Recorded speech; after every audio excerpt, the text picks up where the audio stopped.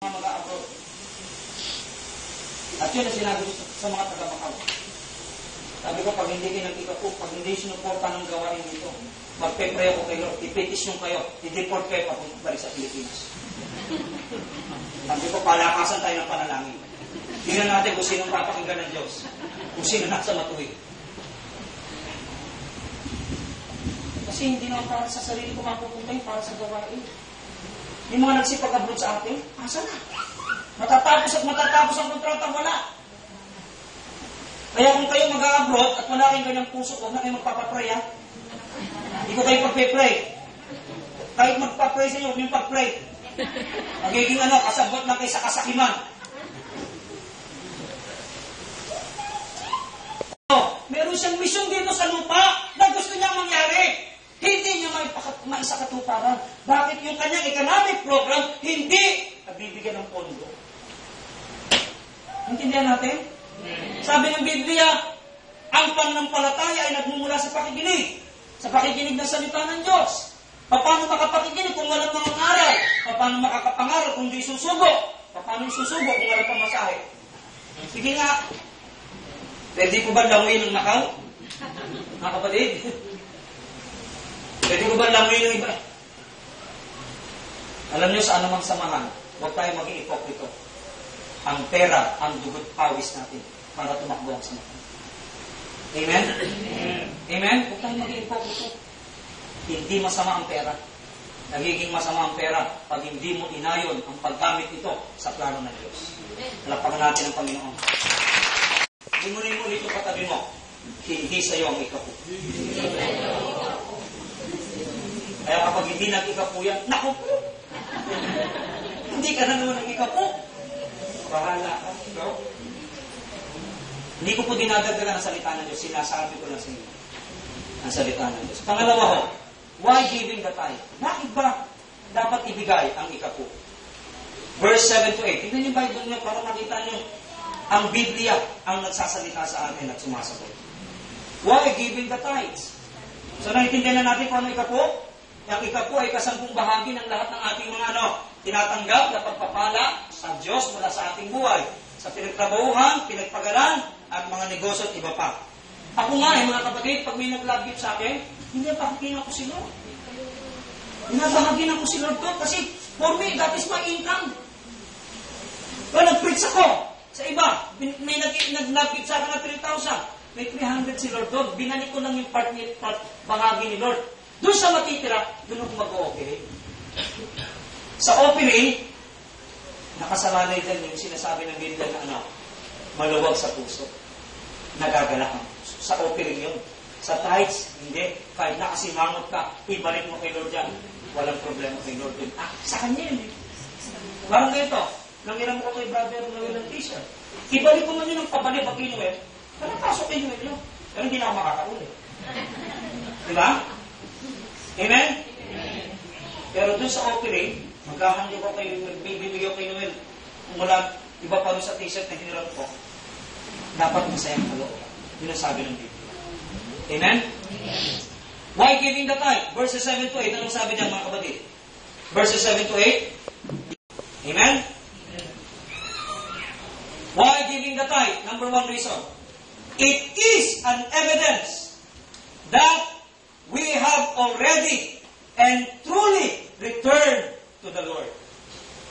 Ang bansang Israel ay nahiwalay sa Diyos. Anong isang dahilan? Hindi nag-iikapu. So, ang hindi pag-iikapu, makinig kayo mabuti, ang hindi pag-iikapu ay tanda na ikaw ay tumatalikod sa Diyos. Yun ang naging dahilan bakit ang Israel ay tumalikod sa Diyos. Nagkaroon sila ng love of money rather than love of God. Nahiwalay sila sa Diyos. Bakit? Bakit ko nasabi? Ito'y tanda ng pagbabalik loob sa Diyos. Yun ang sabi rito, tingnan niyo mga kapatid, di ba? Napansin niyo ba yun? Sabi ng Panginoon, bumalik kayo sa akin. Sabi ng mga Israelita, paano kami manunumbalik sa iyo? Verse 8 ang sagot. Nahiwalay kayo sa Diyos. Nagkaroon kayo ng problema sa akin. Kaya kayo nalayo sa akin. Hindi kayo nag-iikap. Hello? Ang pagbibigay ng ikapu ay tanda na ikaw ay tunay na nagsisi sa harap ng Diyos. Tignan niyo si Sakeo. Diba si Sakeo, saan nakita ni Jesus si Sakeo? Sa puno ng sikumoro. Diba? Ang laking gulat ni Sakeo eh. Alam na alam ni Jesus kung nasan siya at kilala si Jesus. Pagtapat ni Jesus sa puno ng sikumoro, tumingin si Jesus sa taas. Sabi sa kanya, Sakeo, bumaba ka dyan. Kailangan akong pumunta sa bahay mo. Ano sabi ron? Si Sakeo ay nagmadaling bumaba. Hindi niya alintana yung mga tinik-tinik ng puno ng sikumoro. At winelcome niya si Jesus na may kagalakan sa kanyang tahanan.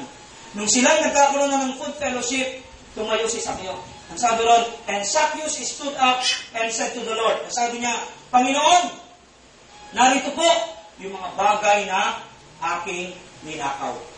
Kung meron pa po na dapat akong isusuli kong maka-4 na beses. Mga kapatid, ang totoong taong nagbalik loob sa Diyos. Hello? Wala na siyang struggle. Wala siyang struggle sa kanyang sarili pagdating sa mga material na bagay sa harapan ng Diyos. Hello? Hello? Pag meron ka pa rin struggle sa mga pera mo, sa mga material na bagay sa buhay mo, at ang Diyos ang issue, meron kang problema. Yan ay tanda na ikaw ay mahihiwalay sa Diyos. Malalayo sa Diyos. Magkakaroon ka ng love of money. Magkakaroon ka ng spirit of materialism. Why giving the tithe? Number 2, it is God's way of testing our love. God's way of testing our love. Pag hindi mo kayang ibigay ang ikapu mo, mas mahal mo ang pera mo kaysa sa Diyos. Hello? Amen. Nandiyan pa ba tayo? Amen. It is God's way of testing. Di ba sabi doon sa verse 10, anong sabi ron? And try me in this. Subukan niyo ako sa bagay na ito. It is God's way of testing. Sino ang talagang mahal mo? Sino mas matimbang sa'yo? Diyos o ang ikapu mo? Tanungin ko nga po kayo, sino ang mas matimbang sa inyo? Ang Diyos nyo na sinasamba, pinaglilingkuran, pinagtiwalaan ng buhay nyo o ang inyong mga ikapu? Narinig ko na rin. It is God's way of testing of our love. Pangalawa, it is God's way of testing our obedience. Isang paraan nito na sinusukat ng Diyos ang iyong pagsunod. Hello? Pero alam nyo kung titignan nyo, ang ikapu, kapag inalis nyo sa inyong income, mas malaki pa rin ang maiiwan sa iyo. Kaya wala akong dapat pang hinayangan. Hello? Nakita nyo, literally, kaya ka lang nangihinayang sa puso't isip mo, nagpapadaya ka sa demonyo. May deception ng demonyo. Ako, malaki mawawala sa'yo. Hindi totoo. Sa 100, 10 lang ang kay Lord, ilan ang natira sa'yo? 90. Nakita nyo, malaki ba yung inalis mo? Hindi, wala pa sa 50% eh. Tama po ba? Bakit tayo nangihinayang? Bakit tayo nagkakaroon pag-aalinlangan? Ini-entertain natin yung pandaraya ng demonyo. Sabi mo sa katabi mo, magmula ngayon. Mula ngayon. Huwag kang padadaya sa demonyo. Huwag nang padadaya sa demonyo. Kaya hindi mag-materialize. Hello, listen, people of God.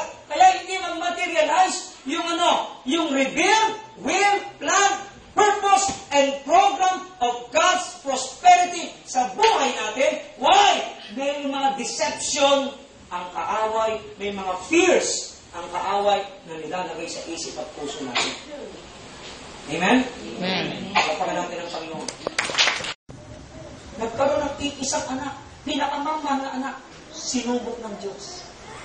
Sinubok ng Diyos. Abraham, yes Lord, here am I. Okay, early morning, punta ka dun sa bundok na ituturo ko sa'yo. Dalhin mo yung anak mo at ihandog mo sa akin.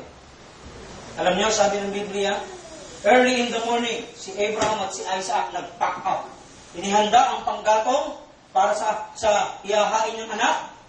At ang sabi ng mga Bible scholars, 3 days silang naglakbay.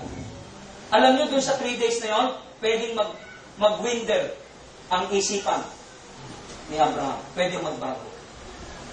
Hello? Minsan tayo, pag natanggap na natin sweldo natin, Lord, para sa itong ikapu, pag malapit na yung araw ng pagre-release para ibigay yung ikapu, nagdudulo na tayo, nangihinayang na tayo. Si Abraham, within that 3 days of journey, para pumunta sa lugar na paghahandugan niya kay Isaac para sa Diyos. Hindi nagbago isip niya. Hindi siya nagduda.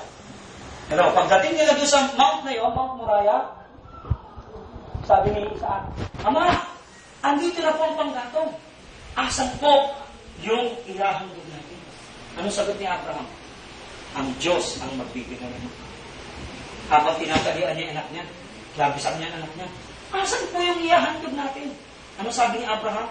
Ang Diyos ang magbibigay anak. Habang inihiga niya ang anak niya doon sa altar, para paghahainan niya sa Diyos, sabi ng bata marami isa, Ama, asa po yung ihahandog? Ang sabi pa rin ni Abraham, hindi nagbago isip at paniniwala niya, ang Diyos ang magbibigay anak. Kaya nung aakmain ang papatay ni Abraham ang anak niya, sasaksakin niya, mayroong tinig na nagsalita mula sa langit. Anong sabi? Abraham, huwag mong saktan ng bata. Ngayon, napatunayan mo, mas mahal mo ang Diyos kaysa sa iyong tinatangkilik. Pinakita sa kanya ng Diyos ang provision. Kaya hindi natin makita ang talagang provision ng Diyos. Bakit? Nakapokus tayo doon saan? Saan? Sa sarili natin. Sa mga panghihinayang at mga pag-aalala natin, mga takot natin sa buhay. Kaya hindi natin maranasan ang Jehovah Jireh. The God who will truly provide your needs. Palapakan natin ang Panginoon. Kung pinagkait ni Abraham si Isaac sa Diyos, mawawala ng tuluyan si Isaac. Hello? Pag ipinagkait mo ang alam mong para sa Diyos, mawawalan ka ng tuluyan. Isa pa hong istorya sa Bible.